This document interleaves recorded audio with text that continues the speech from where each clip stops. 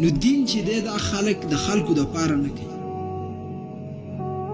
موږ ته د صحابه کرام واقعات دي. عبدالله د کوم نوم چې اول عبدالعزا دا د تره سه اوسېده. حضرت عبدالله رضی الله تعالی عنه ته تره وایي چې ستا خرچه زه برداشت کوم، تا ته لباس زه در کوم، ستاسې زه ډېر خیر ښېګړه کوم، نو تره اسلام پرېږده که نه زه به دې وباسم د کور. هغه ورته ویل تره یو ځل چې څوک اسلام قبول کي بیا د دې اسلام نه دا نه اوړي. اسلام خو دومره ښکلی دین دی که ته ما د دې کور هم وباسې زه به یې پرېنږدم.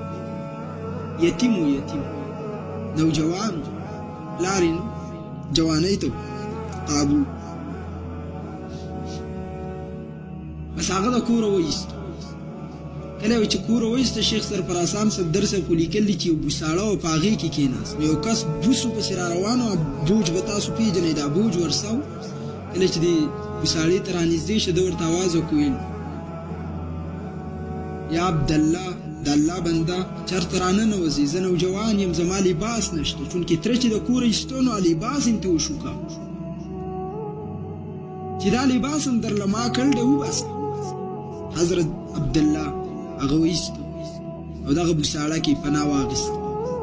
یو خو داسې دی چې په بوساړه کې. دویم دا ده چې اکثریت کتابونو لیکل چې د مور سه یو څادر ورسو نو آی ورته وروشتو چې بچیه مو دا واله او په جړا شو امور چې زه هېڅ هم نشم کولی. بچیه زه ستا لپاره هېڅ هم نشم کولی، ما څه شته نه. نو هغوی د دې یو نه لنګ واخه او د یو نه یې کمیس جوړ.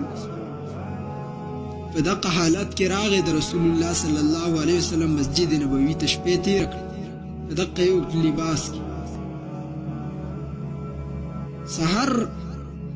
د سهار د مونځ نه بعد رسول الله علیه السلام چې کله خپلو صحابه کې وکاته نو دا نوجوان دی. رسول الله ورته ذوالوجادین نوم ذکر. بچیه ستا څه نوم دی؟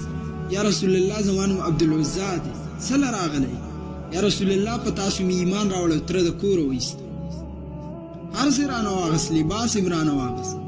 نو رسول الله ورته ویل عبدالعزا نوم ستا نه دی، ستا نوم د نن نه بعد عبدالله ذوالوجادین. نو دا صحابه چې موږ د خپل ایمان او عمل معیار ګڼو په دې بنیادي ګڼو که زموږ نه خلک د هر څه والي موږ به اسلام نه پرېږدو، خاندان دې رانه والي موږ به اسلام نه پرېږدو. خو چونکې زموږ خلک یو خبره کوي، زما تاسو ته پته ده زه د زړه نه ډېر ښه نرم انسان یم او په خوی کې هم ښه نرم انسان یم، خو زما الفاظ داسې سختي بعضې خلک سخت ما ته په دې وجه وایي چونکې زه د خپلو مشرانو خبرې سپا کوم چې ونې صبرېږي خو دغې نه صبرېږي.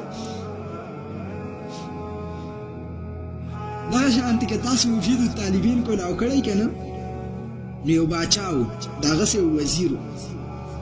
هغه وزیر د باچا خواله راغی. باچا ورته وایي چې وزیره ما سه یو دوه پیشوګان دي. وزیر ورته وایي کوم دي؟ وایي وزیره که دې ولیده نو ګوره بیا به حیران شي چې ستا دا باچا څومره تربیت کوونکی دی د اشیا د شیزو. ورته ویل باچا سلامت لګي خو راوله. باچا کس ته ویل لاړ شه هغه دواړه پیشوګان راوله زموږ مخې له. هغسې لاړو، پیشوګان یې را روان کړو. پیشوګان چې راله باچا داسې عادت کړی دی چې په خوله کې ورسه ګلونه ورته دي او په دې لاسو کې مو داسې په خوند په دوو خپو را روان دي او په دوو باندې په لاسو کې ګلون نیولي. باچا ورته وایي وزیره باچا صاحب مني که نه